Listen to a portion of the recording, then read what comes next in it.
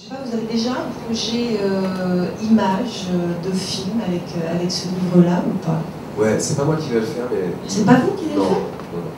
Mais ils sont en train de négocier pour le faire au cinéma. Et vous n'aviez pas envie? Non, totalement. Moi, j'aime pas... là, aujourd'hui, j'aurais du mal à repartir là-dedans? Non, bah, j'ai l'impression de l'avoir déjà fait, quoi. J'ai envie de faire autre chose. Ouais. Vous avez plein d'histoires dans la tête. Vous parliez des écrivains avec toute leur folie que vous rencontrez dans les salons du livre, mais vous en avez vous aussi tout plein d'histoires comme ça qui... Un peu, pas beaucoup. En vieillissant, on a un peu de trucs dans les tiroirs, quoi. Ouais. Mais pas beaucoup. Non, j'en ai pas beaucoup. Moi, j'ai tendance à faire ce que j'ai envie de faire. J'ai pas 10 romans d'avance ou des trucs. J'ai pas ça. Ouais. Vous nourrissez tout le temps de la rue et vous nourrissez tout le temps de la rue, de ce que vous croisez, De plus en plus. Mais surtout, j'ai appris qu'il fallait commencer à parler de soi. Moi, j'ai été un peu honteux de parler de moi. Et ouais, sans parler de romans d'autofiction, de choses comme ça, mais je trouve qu'il faut parler de soi un petit peu de temps en temps. Mais de parler de soi, c'est de parler des autres, c'est ça que je veux dire. Mais je sais que là, je suis en train d'écrire un truc où je parle vraiment de moi, avec un truc qui m'est arrivé vraiment. Voilà. Pourquoi vous étiez honteux? Je sais pas, est-ce qu'on se dit qu'on n'a pas une vie très intéressante, quoi. Moi, je ne dis pas que j'ai une vie plus intéressante que les autres. Et au final, c'est pas le problème. Au final, on est des variations, quoi. On vit tous à peu près les mêmes choses. On a tous dans notre vie quelques deuils, quelques très bonnes nouvelles. Sauf que moi, mon métier maintenant, c'est de raconter des fois d'une certaine façon avec un point de vue.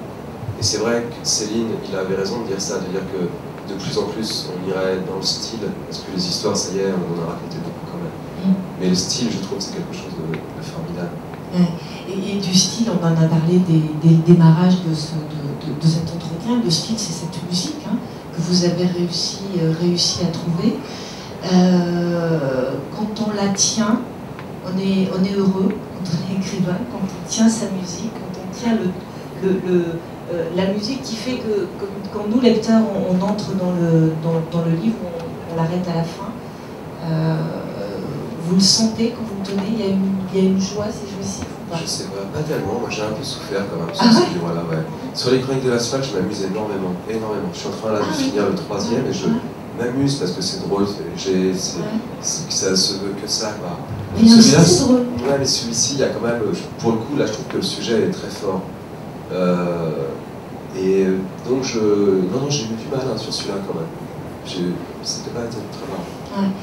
Vous écrivez, vous travaillez pour le cinéma là? Vous avez un autre projet cinématographique?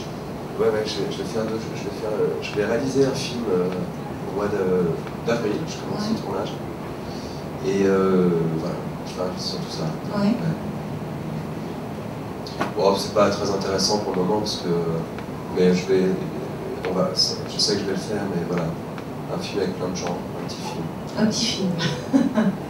Des scénettes ou Comment? J'ai demandé si c'était des scènes, si c'était... Ah non, c'est une histoire là. C'est pas un film à sketch, c'est un film entier. Ça va être avec Malkovich. Ah oui. Qui est un acteur exceptionnel. Exceptionnel. Et qui est un mec exceptionnel.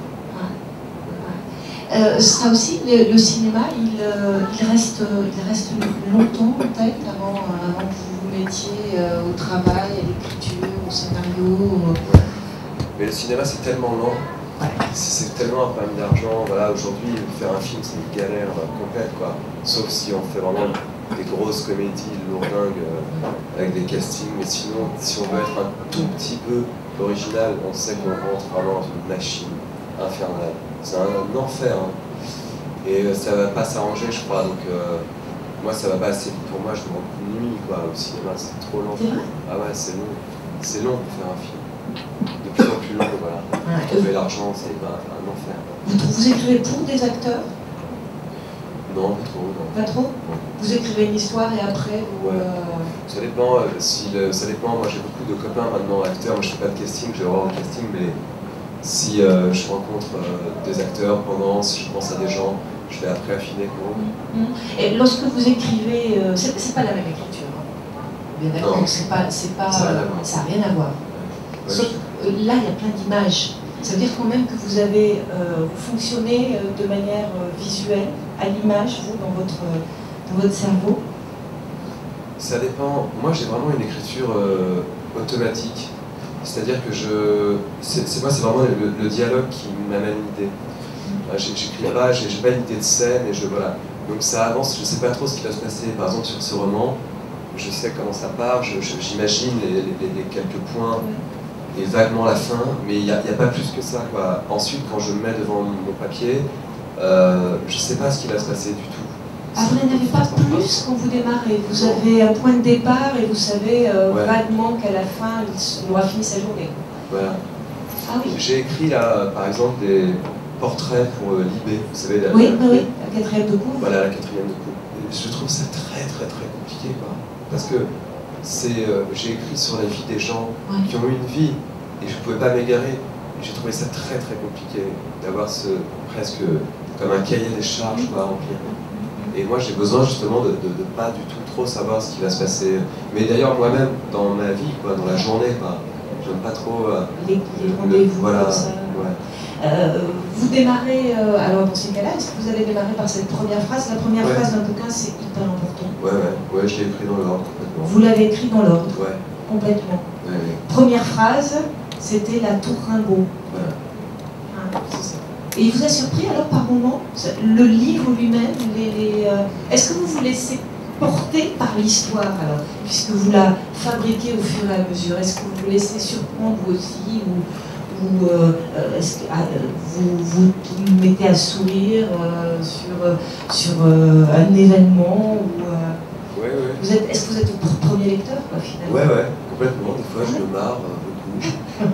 Mais je vous dis, ça dépend des livres aussi.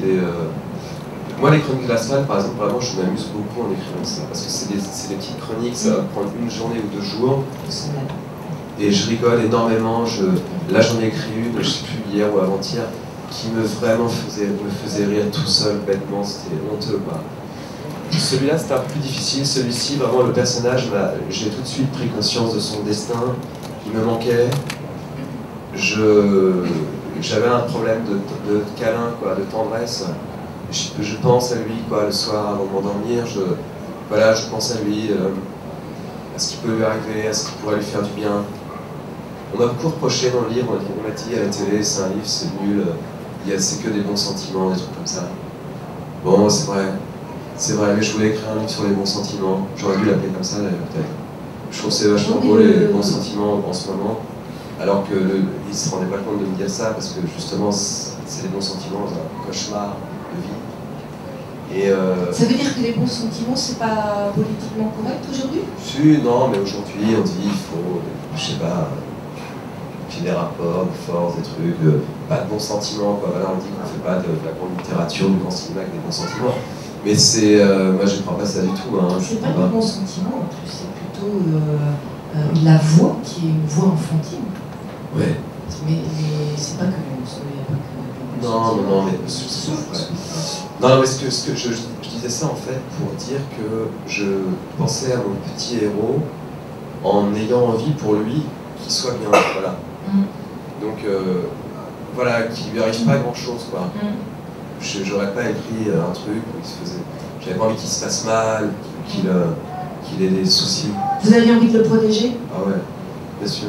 Ouais. Est-ce qu'il faut connaître, vous, son passé pour arriver à décrire une journée? Est-ce que vous vous étiez fabriqué ou est-ce que, voilà, dans votre imaginaire, vous disiez, tiens, quand il était plus petit, voilà ce qu'il aimait, voilà ce qu'il faisait avec sa mère? Ouais. Pour rentrer dans une journée comme ça? Non, pas tellement, non. Je pense, non, encore une fois, ça vient en écrivant, et puis l'imaginaire, moi, c'était le mien, enfin, sa vie, celle de mon fils, voilà, les enfants, ils ont des vies comme ça, ils ont envie de s'amuser. Et ce qui me plaît avec les enfants, c'est qu'ils sont pas politiques, enfin, tout le monde est politique, mais ils sont pas dans un esprit de punition de lui, il lui arrive ce truc, c'est terrible, mais lui, il a envie de réinventer, c'est-à-dire que de jouer. Il se dit demain, ok, bon, demain, moi, je vais continuer à jouer, avoir ma fiancée, Alors que nous, les adultes, on se dit non, non, mais c'est un scandale, il faut qu'il y ait un jugement, une punition et tout ça. Les enfants, ils n'ont pas tellement ce truc-là. Hein.